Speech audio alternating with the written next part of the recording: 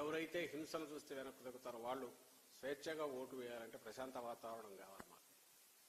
అందువల్ల మా వైపు నుంచి ఎంతో సంయమనంతో వ్యవహరించిన రెచ్చగొట్టే రకంగా అటువైపు నుంచి కంటిన్యూస్గా ఏదో ఒక రకంగా హింసాకాండ సృష్టించాలా, జనం భయపడాలా, ఓటింగ్కు దూరంగా పోవాలనే కుటిల దుష్ట పన్నాగంతో ఉదయం నుంచి ఎట్లా చేశారనేది అందరూ గమనిస్తూనే ఉన్నారు. టీవీలో చూస్తున్నారు, ప్రజలు గమనిస్తున్నారు. మీరే ఎందుకు చేసి ఉండకూడదని మమ్మల్ని అనొచ్చు. మాకు అది ఉపయోగం కాదు, నష్టం. ఎందుకంటే మాకు ఓటు వేసే వాళ్ళంతా నిస్సహాయాలు, నిరుపేదలు, మహిళలు ముఖ్యంగా. మరి ఎవరు చేసింటారనేది ప్రత్యేకంగా చెప్పనక్కర్లేదు. టీడీపీ వాళ్ళే రెచ్చగొట్టి ఏదో ఒక రకంగా కవ్వింపు చర్యలకు పాల్పడి ఏకపక్షంగా దాడులు చేశారు. అక్కడికి సంయమనంతో ఉన్నందువల్ల అధికారంలో ఉండి ప్రతిపక్షంలో కంటే అన్యాయమైన పరిస్థితిలో మేము ఈరోజు పోలీసు అధికారులు కూడా వాళ్లతో కుమ్మక్కు కావడంతో బహుశా ఎన్నికల కమిషన్ నుంచి పేరుండో లేక ఆ పేరు చెప్పి ఒక అతను సస్పెండ్లో ఉన్న డీజీ క్యాడర్ అనుకుంటా ఏబీ వెంకటేశ్వరరావు ఏకంగా టీడీపీ ఆఫీసులోనే కూర్చొని అందరికీ ఫోన్లు కొడుతున్నారని కూడా వార్తలు వచ్చాయి. ఎస్పీలను బెదిరించడం, దబాయించడం, వచ్చేస్తున్నాం మేము అనడం. అసలు చేస్తున్నాం అనేది ఇప్పుడు కాదు, నెల నుంచి మొదలు పెట్టారు. వచ్చేస్తున్నాం వచ్చేస్తున్నాం వచ్చేస్తున్నాం. మరి ఇప్పుడేమి ఎక్కడా కనపడట్లేదు వాళ్ళు. ఎందుకంటే వాళ్ళకి చిత్రం కనపడుతుంది ఏం జరుగుతుంది. సరే, ఎన్నికల్లో ఎవరు వస్తారో అది పక్కన పెట్టినా అందరూ గమనించారు. చంద్రబాబు నాయుడు కానీ ఆ పార్టీ కానీ గత 2-3 నెలలుగా వాళ్ళ అది ఆ అడ్డగోలు పొత్తుల పేరుతో అయితే ఏమి, ఆ తర్వాత తిట్లు బూతులు అయితే ఏమి, నోటికొచ్చినట్టు మాట్లాడడం అయితే ఏమి, జగన్మోహన్ రెడ్డి గారి వ్యక్తిత్వ హననానికి పాల్పడడం అయితే ఏమి, అంటే ఏవైనా అజెండానో అంశాలనో మీదనో మాట్లాడడం అనేది జరగకుండా అప్పుడు మొదలు పెట్టింది. ఆ రోజు నుంచి తెలుసు మామూలు దారిలో రాలేమని. అందుకే కేంద్రంలో ఉన్న పార్టీతో పెట్టుకుంటే అధికారం అండగా ఉంటుందని, ఇటుపక్క ఒక సామాజిక వర్గం, పెద్ద సామాజిక వర్గం అండ వస్తుంది ఇంకొక ఆయనతో.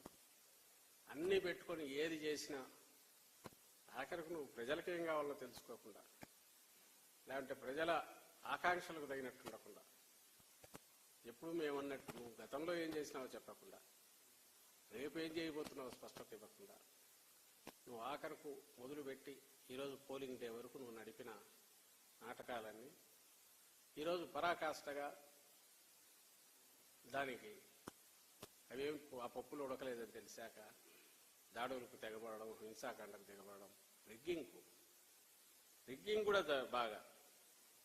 ఇప్పుడు యాక్చువల్లీ ఈ టైం ఇప్పుడు ఇంతకాలం అయిపోయి అన్ని రకాల వెబ్ కాస్టింగ్లు అన్నీ వచ్చినా కూడా మా దృష్టికి వచ్చినవే సాక్షాత్తు కుప్పంలోనే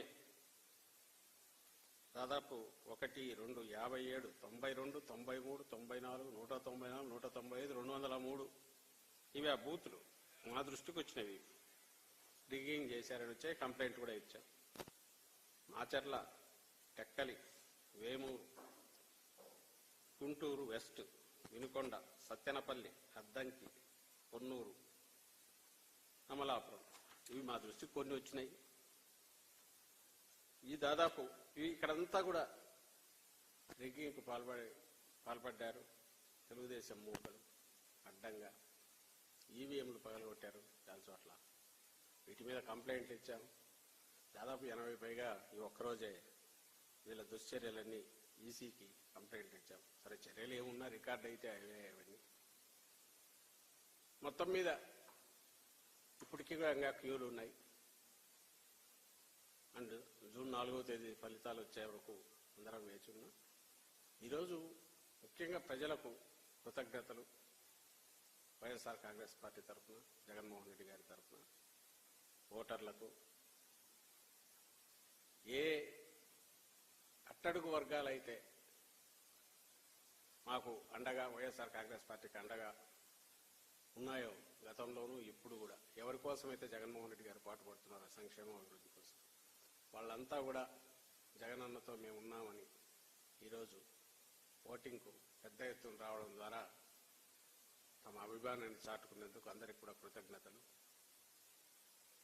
మా వైపు నుంచి పూర్తిగా కార్యకర్తలు క్షేత్రస్థాయిలో అటువైపు నుంచి ఎంత రెచ్చగొట్టే చర్యలున్నా ప్రశాంతంగా సంయమనంతో పనిచేసిన క్షేత్రస్థాయి కార్యకర్తలకు, నాయకులకు అందరికి కూడా ధన్యవాదాలు కూడా చెప్తున్నాం. Thank you.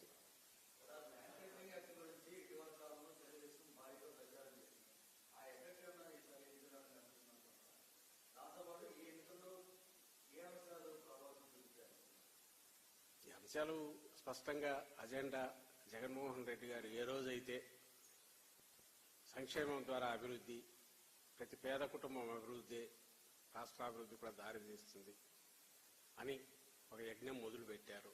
ఆ రోజే అజెండా ఫిక్స్ అయిందని మేము అనుకుంటున్నాం. ఆ రోజు నుంచి ఈ రోజు వరకు జరిగినదంతా కూడా దాని కొనసాగింపు. ప్రజలు